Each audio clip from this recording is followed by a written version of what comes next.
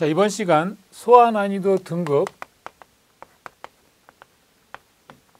소화 난이도 등급별에 따른 제조소하고 그다음에 그에 따른 소화 설비에 대해서 좀 알아보도록 하겠습니다. 자, 1등급, 2등급, 3등급 이거 같이 좀 설명을 드릴게요. 시험에서는 자, 제조소 일반 취급소의 경우에는 어떤 경우가 1등급에 해당이 되느냐? 자, 소화 난이도 1등급이라는 얘기는 그만큼 소화하기가 좀 어렵다라고 할 수 있는 데가 어디냐? 자, 제조소나 일반 취급소의 경우는 연면적 1000제곱미터 이상. 자, 연면적 1000제곱미터 이상 이렇게 돼 있죠. 자, 그다음에 지정 수량 100배 이상. 이런 건 암기가 돼야 돼요. 그리고 집안면으로부터 6m 이상, 6m 이상의 높이의 위험물 취급 설비가 있는 것. 그러니까 아무래도 좀 높은 곳에 있으면 소화하기가 어렵다는 얘기가 되겠죠. 자, 그다음에 일반 취급소로 사용되는 부분 외의 부분을 갖는 건축물에 설치된 것 해서 제조소 일반 취급소에서는 요 세 가지 사항이 제일 중요하고요. 그다음에 옥내 저장소에서는 지정 수량. 자, 이 경우는 바로 제조소 일반 취급소의 경우고 옥내 저장소에 있어서는 지정 수량의 150배. 아까 제조소는 100배였죠. 근데 옥내 저장소로 오니까 지정 수량 150배 이상인 경우, 그다음에 연면적은 150제곱미터를 초과하는 것, 그다음에 처마 높이가 6m 이상의 단층 건물 이렇게 한정을 짓고 있습니다. 자, 그래서 옥내 저장소에 대한 경우 지정 수량 150배 이상, 그다음에 연면적 150제곱미터 초과하는 거, 처마 높이 6m 이상. 자, 이런 것들이 바로 소화 난이도 등급 1등급에 해당이 되는 경우고, 자, 그 외에 또 옥외 탱크 저장소. 옥외 탱크 저장소 하면 어느 경우가 소화 난이도 등급 1등급에 해당이 되느냐? 액 표면적이 40제곱미터 이상인 것. 그 다음에 집안면으로부터 탱크 옆판 상단까지 높이가 6m 이상인 것. 그리고 지중 탱크 또는 해상 탱크로서 지정 수량이 100배 이상인 것. 그 다음에 고체 위험물을 저장하는 것으로서 지정 수량의 100배 이상인 것. 이런 식으로 이런 수치들을 좀 암기를 하셔야 되고요. 그 다음에 제조소 일반 취급소, 옥내 저장소, 옥외 탱크 저장소까지가 시험에서 가장 많이 나옵니다. 그 외에 옥내 탱크 저장소도요, 유사하게 이제 액 표면적은 역시 이제 옥내 탱크죠. 옥내 탱크 액 표면적 40제곱미터 이상인 것, 바닥면으로부터 탱크 옆판 상단 높이가 6m 이상인 것. 자, 이거는 옥외 탱크나 거의 유사하죠. 그래서 그 외에 옥외 저장소라든가 안반 탱크 저장소, 이송 취급소가 나오게 되는데, 이제 시험에서는 보통 소화 난이도 등급 1등급 하면은 제조소 일반 취급소, 옥내 저장소, 옥외 탱크 저장소 이 정도를 좀 많이 알아둘 필요가 있습니다. 그래서 이들의 경우에 어떤 소화 설비가 필요하냐라는 걸 알아둘 필요가 있는 거죠. 그래서 제조소 및 일반 취급소의 경우에는 옥내 소화전, 옥외 소화전, 스프링클러, 물분부 등 소화 설비. 그리고 옥내 저장소의 경우에는 처마 높이가 6m 이상인 단층 건물 또는 다른 용도의 부분이 있는 건축물에 설치한 옥내 저장소는 스프링클러 설비 또는 이동식 외의 물분부 등 소화 설비. 이런 식으로 암기가 필요해요. 우리 책에서 이제 각각 소화 난이도 등급 1등급에 따른 위험물 제조소에 따른 소화 설비 기준을 좀 알아둘 필요가 있습니다. 그리고 이제 시험에서 또 이런 옥외 탱크 저장소 같은 경우 소화 설비를 어떻게 물어보느냐 하면, 자, 유황만 저장 취급하는 옥외 탱크 저장소의 경우에는 지중 탱크 또는 해상 탱크 외의 것으로서 유황만을 저장 취급하는 경우 소화 설비는 어떤 걸 해야 되느냐? 그러면 당연히 물분무 소화 설비 이렇게 쓸 수 있어야 되고요. 그리고 또 역시 인하점 70도 이상의 사료 위험물만을 저장 취급하는 건 어떤 소화 설비를 해야 되느냐? 물분무 소화 설비 또는 고정식 포소화 설비 이런 식으로 쓸 수 있어야 돼요. 그래서 이건 좀 어려우시더라도 좀 중요 사항에 대해서는 암기가 필요하고요.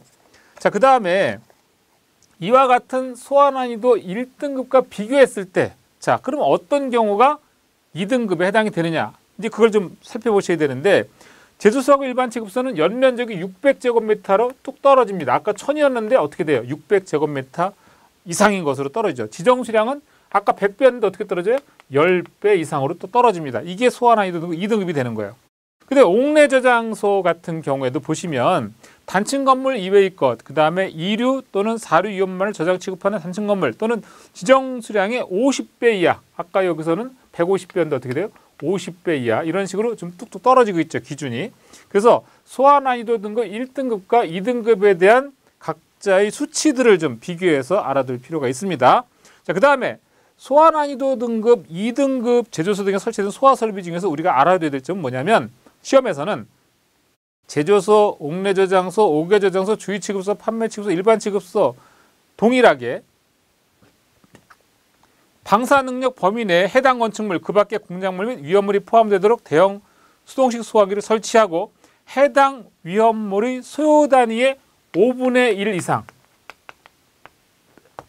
이 수치가 중요한 거야. 소요 단위의 5분의 1 이상에 해당되는 능력 단위의 소형 수동식 소화기 등을 설치할 것. 이렇게 기억을 해두시기 바랍니다. 자, 그 다음에 이제 소화 난이도 등급 3등급이에요. 자, 소화 난이도 등급 3등급은 이거 이외의 것들을 말하는 거가 되겠죠. 자, 그래서 제조소 일반 취급소 같은 경우에도 화약류에 해당하는 위험물을 취급하는 것과 그 다음에 1이나 2등급에 해당하지 않은 것들을 말하는 거예요. 자, 그래서 그들에 대한 소화 설비가 중요합니다. 그래서 특히 이동 탱크 저장소에 있어서의 소화 설비를 가끔 물어보는 문제들이 꽤 나옵니다.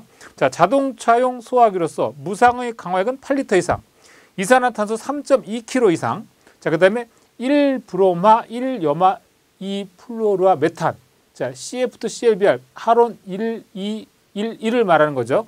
자, 이런 경우에 2리터 이상, 이런 식으로, 또는 소화 분말은 3.5kg 이상, 자, 그 다음에 마른 모래 150리터 이상, 팽창 질석 또는 팽창 지점 640리터 이상, 이런 기본적인 이동 탱크 저장소에 있어서의 소화 설비 설치 기준을 알고 있어야 됩니다.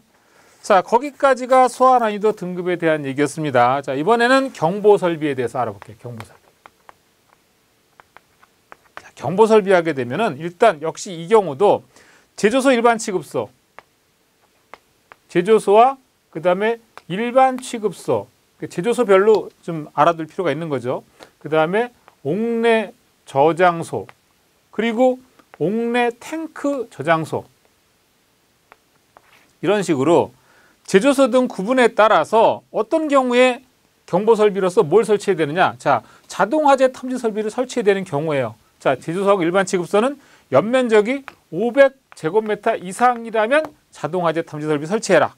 그리고 옥내에서 지정 수량 100배 이상을 취급하는 것, 이런 경우에는 역시 자동 화재 탐지 설비.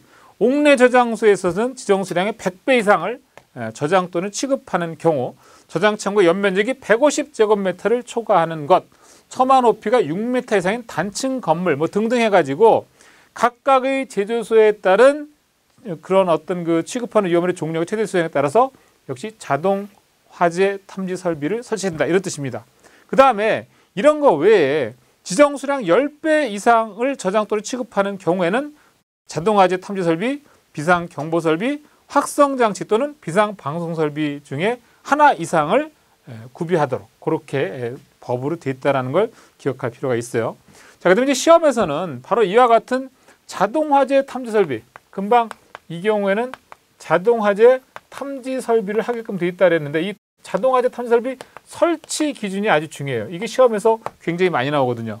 자, 우선 자동 화재 탐지 설비 경계 구역은 건축물, 그 밖의 공작물의 2 이상의 층에 걸치지 아니하도록 할 것, 2 이상에 걸치지 아니하도록 할 것, 이렇게 돼 있고요. 자, 다만 하나의 경계 구역의 면적이 500제곱미터 이하면서 해당 경계 구역이 2개의 층에 걸치는 경우이거나 또는 계단, 경사로, 승강기 등의 승강로, 그 밖에 이와 유사한 장소에 연기 감지기를 설치하는 경우는 그러지 아니한다. 자, 그 다음에 또 하나의 경계 구역의 면적은 600제곱미터 이하로 한다. 이거 중요한 거예요. 600제곱미터 이하로 한다. 그래서 한 변의 길이는 50m 이하로 한다. 이런 식으로 그 책에 나와 있는 것처럼 자동 화재 탐지 설비 설치 기준들을 좀 알아둘 필요가 있습니다. 시험에서 자주 나오니까 좀 기억해 둘 필요가 있고요. 자, 그다음에 이제 피난 설비예요. 피난 설비. 자, 피난 설비 같은 경우에는 우선 종류하고 그다음에 뭐 종류로서 어떤 것들이 있는지 알아둘 필요가 있고, 여기서도 중요한 건 역시 설치 기준이에요. 시험에서는 이 설치 기준이 많이 나옵니다. 자, 그래서 설치 기준 중에서 우리가 특별히 주의 취급소 중에 건축물의 2층 이상의 부분을 점포, 휴게용 시점 또는 전시장의 용도로 사용하는 것에 있어서는 해당 건축물의 2층 이상으로부터 직접 주유취급소의 부지 밖으로 통하는 출입구와 해당 출입구로 통하는 통로, 이게 이제 가로 넣기로 나오죠. 자, 통로, 그리고 또 뭐요? 계단, 그 다음에 어떻게 됩니까? 출입구에 유도등, 자, 유도등을 설치해야 된다. 이런 것들이 괄호 넣기로 나오기 때문에 암기할 필요가 있는 겁니다. 그 외 나머지 기준들에 대해서도 잘 살펴보시기 바랍니다. 자, 이제는 소화설비 적응성에 대한 도표인데요. 이건 시험에서 진짜 뭐 말도 못하게 많이 나옵니다. 이건 뭐 암기라기보단 사실은 이거는 이해를 해야 되는 부분이에요. 이해. 그런데 이걸 그냥 도표로만 보면 무슨 말인지 잘 모르죠. 시험에서 뭐 무지하게 많이 나오는데, 우선 소화설비라고 하는 이 적응성에 대한 도표 설명을 좀 드릴게요. 우선 소화설비 적응성에서 일반 건축물 화재가 났다. 우리가 이제 그냥 일반적으로 생각해 보세요. 일반 건축물에서 화재 났다는 얘기는 건축물 그 밖에 공작물이에요. 그럼 여러분들 뭐가 떠올라요? 물로 끈다는 생각이 떠오르죠. 그러니까 당연히 물과 관련된 옥내소화전, 옥외소화전, 스프링클러, 물분무, 포소화, 이게 다 해당이 되는 거예요. 우리가 일반 건축물에 불 났는데 이산화탄소 소화설비 가지고 끄지는 않잖아요. 그러니까 일반 건축물은 다 물과 관련된 거 보시면 포소화설비, 뭐 인산염료, 이거 분말소화기니까 우리가 인산암모늄 가지고 끄는 거 삼중물 약재 가지고 끄잖아요. 그 다음에 또 봉상수 소화기, 무상수 소화기, 전부 다 물이에요. 물과 관련된 거야. 자, 이런 것들이 바로 일반 건축물의 화재에 끄는 거고, 근데 전기설비는 좀 다르죠. 전기설비는 물을 쓸 수가 없잖아. 그래서 물을 뺀 나머지 물분무 소화설비, 불활성 가스 소화설비, 할로겐 화합물 소화설비, 이런 것들이라고 보시면 되겠습니다. 그러니까 일반 건축물 화재와 전기설비를 구분할 때는 물을 끌 수 있냐 없냐, 그거 가지고 먼저 구분하시는 거야. 그리고 나서 1류, 2류, 3류 위험물에 대한 소화설비 적응성이 나오잖아요. 그런데 1류에서도 금수성이 있고 비금수성이 있는 거야. 금수성 있는 게 뭐가 있습니까? 알칼리 금속의 가산화물. 2류에서도 금수성 있죠. 철분, 금속분, 마그네슘, 얘네들이 금수성이고, 3류에서도 금수성 물질이 있고 자연발화성 물질이 있단 말이에요. 그러니까 이 금수성에 해당되는 것들은 역시 물과 관련된 소화설비는 X. 그래서 어떻게 됩니까? 우리 보시면 알칼리 금속의 가산화물, 옥내소화전, 옥외소화전, 스프링클러, 하다못해 물분무 소화설비까지 다 안 돼요. 다 X야. 그러니까 여기서는 가능한 게 탄산수소, 염료 등 그 밖의 것의 분말소화설비입니다. 근데 그거는 다 공통이야. 얘네들은 1류 염물의 알칼리 금속의 가산화물, 2류 중에 철분, 금속분, 마그네슘, 3류 중에 금속 물질은 소화설비가 다 동일합니다. 그리고 나서 그 밖의 것들을 보셔야 돼요. 그 밖의 것들, 당연히 1류 염물은 주수연 냉각수화 아닙니까? 2류도 역시 주수연 냉각수화입니다. 그러니까 다 물로 끌 수 있는 거야. 그래서 2류 중에 그 밖의 것은 옥내소화전, 옥외소화전, 스프링클러, 물분무, 포화설비 다 되는 거예요. 2류도 역시 마찬가지. 그렇게 하게 되면 굉장히 외우기 쉽죠. 자, 그리고 3류 위험물에서 금수성 외의 것들도 역시 옥내소화전, 스프링클러 이런 걸 되는 거예요. 금수성 이외의 것들은. 그러니까 우리가 좀 착안할 점은 1류 위험물과 2류 위험물과 3류 위험물은 금수성이냐 아니냐, 요걸 일단 구분하세요. 금수성인 경우에는 당연히 물과 관련된 건 X, 그 외의 것은 OK. 이렇게 암기하실 수 있다면 이 소화설비 정성 도표인데 굉장히 도움이 됩니다. 자, 그 다음에 4류 위험물입니다. 4류 위험물은 기본적으로 어때요? 이게 물보다, 기름의 경우는 물보다 가볍잖아요. 그러니까 물을 쓰게 되면 어떻게 떠다 유동성이 있어서 화재를 확대시킨 면이 있으니까 당연히 옥내소화전, 옥외소화전은 안 되는 거예요. 그런데 예를 들어서 스프링클러 설비로 쏟아붓는 경우는 이건 경우에 따라서 가능하다는 얘기야. 그리고 물분무 소화설비, 포소화설비 이런 경우는 가능하죠. 또는 불활성 가스 소화설비 또는 할로겐 화합물 소화설비 이런 것들은 가능하다는 얘기입니다. 자, 그 다음에 오류연물, 대표적으로 오류연물의 소화 방법이 뭐였습니까? 당연히 주수연, 다량의 주수연 냉각소화였습니다. 그러니까 당연히 물 다 되죠. 옥내소화전, 옥외소화전, 스프링클러, 물분무 이거 다 되는 거예요. 그리고 육류위험물, 육류위험물도 역시 대량의 물로 끓는 거야. 그래서 옥내소화전, 옥외소화전, 스프링클러, 물분무 이렇게 되는 겁니다. 어떻든 이 소화설비 적응성에 대한 도표를 볼 때는 방법상은 두 가지. 첫째, 일반 건축물이냐 전기설비냐 이 두 개 가지고 구분하시고, 그 다음에 금수성이냐 아니냐 가지고 구분하시고, 이렇게 하시면 이 도표를 이해하는 데 상당한 도움이 됩니다.